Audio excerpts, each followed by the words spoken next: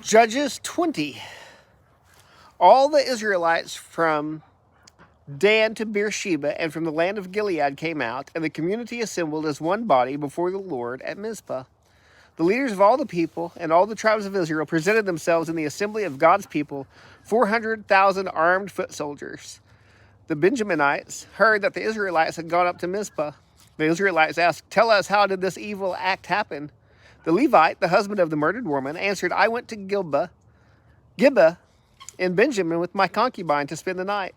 Citizens of Gibeah came to attack me and surrounded the house at night. They intended to kill me, but they raped my concubine and she died. Then I took my concubine and cut her in pieces and sent her throughout Israel's territory because they had committed a wicked outrage in Israel. Look, all of you are Israelites. Give your judgment and verdict here and now."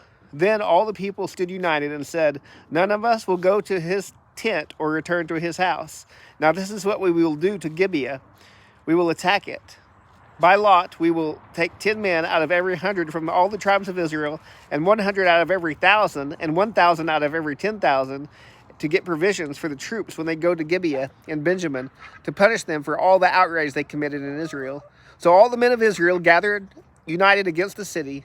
Then the tribes of Israel sent men throughout the tribe of Benjamin, saying, "What is this evil act that has happened among you? Hand over the wicked men in Gibeah so we can put them to death and eradicate evil from Israel."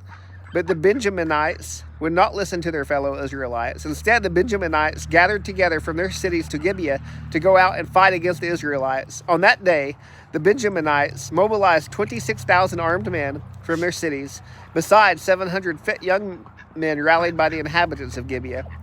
There were 700 fit young men who were left-handed among all these troops. All could sling a stone at a hair and not miss. The Israelites, apart from Benjamin, mobilized 400,000 armed men, every one an experienced warrior. They set out, went to Bethel, and inquired of God. The Israelites asked, "Who is to go first to fight for us against the Benjaminites?" And the Lord answered, "Judah will be first." In the morning, the Israelites set out and camped near Gibeah. The men of Israel went out to fight against Benjamin and took their battle positions against Gibeah. The Benjaminites came out of Gibeah and slaughtered 22,000 men of Israel on the field that day.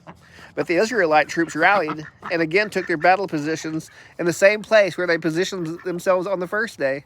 They went up, wept before the Lord until evening, and inquired of him, Should we again attack our brothers, the Benjaminites?"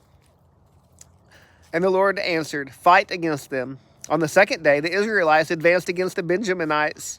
That same day, the Benjaminites came out from Gibeah to meet them and slaughtered an additional 18,000 Israelites on the field. All were armed. The whole Israelite army went to Bethel, where they wept and sat before the Lord. They fasted that day until evening and offered burnt offerings and fellowship offerings to the Lord. Then the Israelites inquired of the Lord.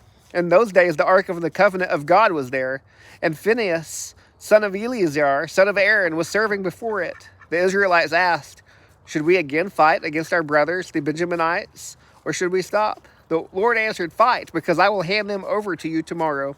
So Israel set up an ambush around Gibeah.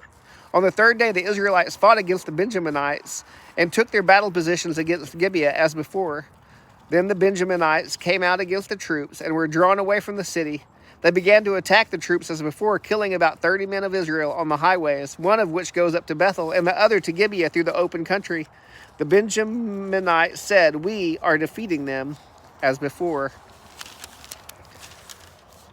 But the Israelites said, "Let's flee and draw them away from the city to the highways." So all the men of Israel got up from their places and took their battle positions at Baal Tamar, while the Israelites in ambush charged out of their places west of Geba. Then 10,000 fit young men from all Israel made a frontal assault against Gibeah, and the battle was fierce. But the Benjaminites did not know that disaster was about to strike them. The Lord defeated Benjamin in the presence of Israel, and on that day the Israelites slaughtered 25,100 men of Benjamin. All were armed. Then the Benjaminites realized they had been defeated. The men of Israel had retreated before Benjamin because they were confident in the ambush they had set against Gibeah. The men in ambush had rushed quickly against Gibeah. They advanced and put the whole city to the sword. The men of Israel had a prearranged signal with the men in ambush. When they set up a great cloud of smoke from the city, When they sent up a great cloud of smoke from the city, the men of Israel would return to the battle. When Benjamin had begun to strike them down, killing about 30 men of Israel, they said, "They're defeated before us, just as they were in the first battle." But when the column of smoke began to go up from the city, Benjamin looked behind them, and the whole city was going up in smoke. Then the men of Israel returned, and the men of Benjamin were terrified when they realized that disaster had struck them. They retreated before the men of Israel toward the wilderness, but the battle overtook them, and those who came out of the city slaughtered those between them. They surrounded the Benjaminites, pursued them, and easily overtook them near Gibeah toward the east. There were 18,000 men who died from Benjamin. All were warriors. Then Benjamin turned and fled toward the wilderness to Rimmon Rock. And Israel killed 5,000 men on the highways. They overtook them at Gittim and struck 2,000 more dead. All the Benjaminites who died that day were 25,000 armed men. All were warriors. But 600 men escaped into the wilderness to Rimmon Rock and stayed there 4 months. The men of Israel turned back against the other Benjaminites and killed them with their swords, the entire city, the animals, and everything that remained. They also burned all the cities that remained.